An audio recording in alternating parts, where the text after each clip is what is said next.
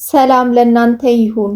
በዓለም ዙሪያ ለምትኖሩ ለሰው ልጆች ሁሉ ዛሬ የማቀርበው የሉቃስ ወንጌል ምዕራፍ 10 ከቁጥር 1 እስከ 24 ድረስ ያለውን ነው። ኑ አብረን እናንብብ።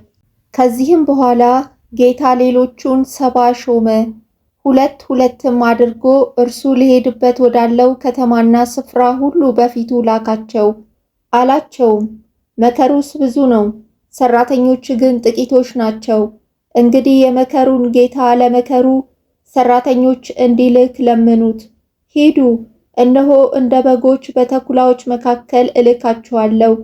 ኮረጆም ከረጢትም ጫማም አትያዙ፣ በመንገድም ለማንም እጅ አትንሱ። ወደምትገቡበት ቤት ሁሉ አስቀድማችሁ ሰላም ለዚህ ቤት ይሁን በሉ። በዚያም የሰላም ልጅ ቢኖር ሰላማችሁ ያድርበታል፣ አለዚያም ይመለስላችኋል። በዚያም ቤት ከእነርሱ ዘንድ ካለው እየበላችሁና እየጠጣችሁ ተቀመጡ፣ ለሰራተኛ ደመወዙ ይገባዋልና። ከቤት ወደ ቤት አትተላለፉ። ወደምትገቡባትም ከተማ ሁሉ ቢቀበሏችሁ ያቀረቡላችሁን ብሉ፣ በእርሷም ያሉትን ድዌዎችን ፈውሱና የእግዚአብሔር መንግሥት ወደ እናንተ ቀረበች በሏቸው። ነገር ግን ወደምትገቡባት ከተማ ሁሉ ባይቀበሏችሁ ወደ አደባባይዋ ወጥታችሁ ከከተማችሁ የተጣበቀብንን ትቢያ እንኳ እናራግፍላችኋለን፣ የእግዚአብሔር መንግሥት ግን ወደ እናንተ እንደቀረበች ይህን እወቁ በሉ። እላችኋለሁ በዚያን ቀን ከዚያች ከተማ ይልቅ ለሰዶም ይቀልላታል። ወዮልሽ ኮራዚን! ወዮልሽ ቤተ ሳይዳ! በእናንተ የተደረገው ተአምራት በጢሮስና በሲዶና ተደርጎ ቢሆን ማቅ ለብሰው በአመድም ተቀምጠው ከብዙ ጊዜ በፊት ንስሐ በገቡ ነበር። ነገር ግን በፍርድ ከእናንተ ይልቅ ለጢሮስና ለሲዶና ይቀልላቸዋል። አንቺም ቅፍርናሆም እስከ ሰማይ ከፍ አልሽን? ወደ ሲኦል ትወርጃለሽ።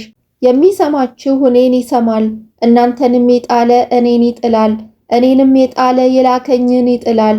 ሰባውም በደስታ ተመልሰው ጌታ ሆይ አጋንንት እንኳ በስምህ ተገዝተውልናል አሉት። እንዲህም አላቸው፣ ሰይጣንን እንደ መብረቅ ከሰማይ ሲወድቅ አየሁ። እነሆ እባቡንና ጊንጡን ትረግጡ ዘንድ በጠላትም ኃይል ሁሉ ላይ ሥልጣን ሰጥቻችኋለሁ፣ የሚጎዳችሁም ምንም የለም። ነገር ግን መናፍስት ስለተገዙላችሁ በዚህ ደስ አይበላችሁ፣ ስማችሁ ግን በሰማያት ስለተጻፈ ደስ ይበላችሁ። በዚያን ሰዓት ኢየሱስ በመንፈስ ቅዱስ ሐሴት አደረገና የሰማይና የምድር ጌታ አባት ሆይ ይህን ከጥበበኞችና ከአስተዋዮች ሰውረህ ለሕፃናት ስለገለጥክላቸው አመሰግናለሁ። አዎን አባት ሆይ ፈቃድህ በፊትህ እንዲህ ሆኗልና። ሁሉ ከአባቴ ዘንድ ተሰጥቶኛል። ወልድንም ማን እንደሆነ ከአብ በቀር የሚያውቅ የለም፣ አብንም ማን እንደሆነ ከወልድ በቀር ወልድም ሊገልጥለት ከሚፈቅድ በቀር የሚያውቅ የለም አለ። ወደ ደቀ መዛሙርቱም ዘወር ብሎ ለብቻቸው የምታዩትን የሚያዩ ዓይኖች ብፁዓን ናቸው እላችኋለሁና እናንተ የምታዩትን ብዙዎች ነቢያትና ነገሥታት ሊያዩ ወደዱ፣ አላዩምም፣ የምትሰሙትንም ሊሰሙ ወደው አልሰሙም አለ።